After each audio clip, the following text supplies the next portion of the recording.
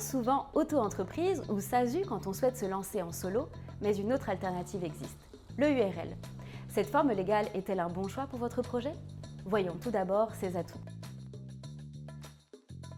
Contrairement aux autres formes légales, comme la SASU, le URL est soumise à l'impôt sur le revenu par défaut. Cela signifie que les revenus de l'entreprise sont taxés directement au niveau de l'associé unique. Cependant, vous avez la possibilité d'opter pour l'imposition à l'IS pendant une période de 5 ans si ce régime s'avère plus avantageux.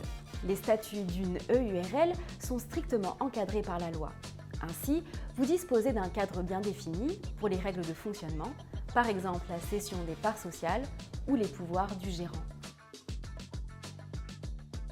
Contrairement au président d'une SASU, le gérant d'une EURL ne bénéficie pas d'une couverture sociale équivalente à celle d'un salarié. Par conséquent, vous aurez probablement besoin de souscrire une mutuelle pour mieux vous couvrir. Avec l'imposition à l'IR, tous les revenus de l'EURL sont taxés au niveau de l'associé unique, même s'ils ne sont pas distribués.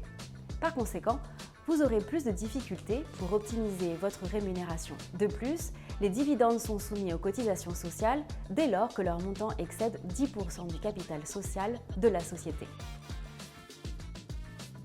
Voici la marche à suivre si vous souhaitez constituer votre EURL vous-même. La création d'une EURL se déroule en 4 étapes. Les statuts contiennent toutes les règles de fonctionnement de la société. Ceux de l'EURL étant strictement encadrés par la loi, vous pouvez télécharger un modèle de statut disponible sur Internet. Je vous mets le lien vers notre modèle en description. Au moins 20% du montant du capital social de votre EURL doit être déposé sur un compte bloqué auprès d'un dépositaire habilité. Vous devez ensuite publier un avis de constitution dans un journal d'annonces légales pour informer les tiers de la constitution de votre EURL. L'ultime étape consiste à transmettre toutes les pièces justificatives au greffe du tribunal de commerce par l'intermédiaire de la plateforme du guichet unique. Voilà, j'espère que cet épisode vous a permis d'en savoir plus sur le URL. N'hésitez pas à vous abonner et à commenter. À bientôt pour plus de sujets à décrypter.